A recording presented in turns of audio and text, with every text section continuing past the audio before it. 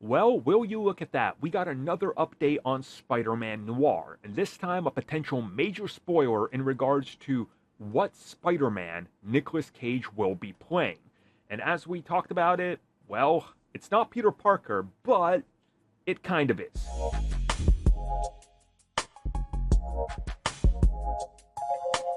Okay, so we've heard multiple times before, and it was kind of even confirmed by Sony, that the version of Spider Man we're getting in Noir is not Peter Parker. They're going in a different direction, and this all seems to be due to Marvel Studios sort of having locked Peter Parker away, so that's why they're not mentioning him or showing him in all these Spunkverse stuff, and they kind of tease it, but again, he's not in that universe.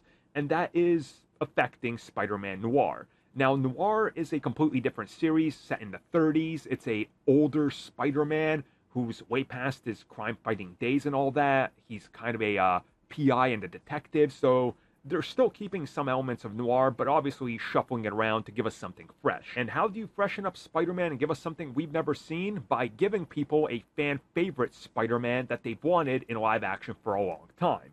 And reports have hit that the Spider-Man in this is Ben Reilly. Yes, Scarlet Spider-Man himself, or Scarlet Spider, or whatever they're calling him, or people call him these days, will apparently be who Nick Cage is playing.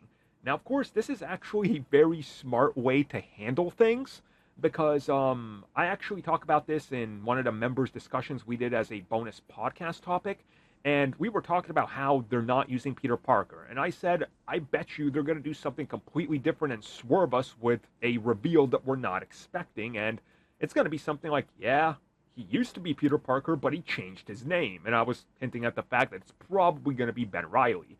And it does look like that's going to be the case.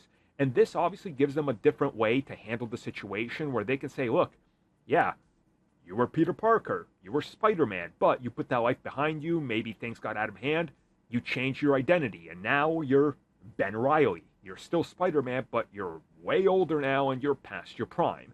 So this all kind of makes sense, and it makes the story, in my opinion, more interesting, because are they also going to lean into some of the weird Ben Reilly clone stuff, or do they not touch that because it's the 30s, but then again, it's Spider-Man, and we're getting Sandman, so I am super intrigued, if you guys can't tell by this series. Like, out of all the Marvel TV series coming up, and yes, I'm talking about Disney as well, I mean, the moment we started finding out more about this jumped to my number one spot. Like, I love the comics, I love Spider-Man Noir, and the more we hear, the more I am just intrigued by the premise and the ideas. So, bring on Ben Reilly.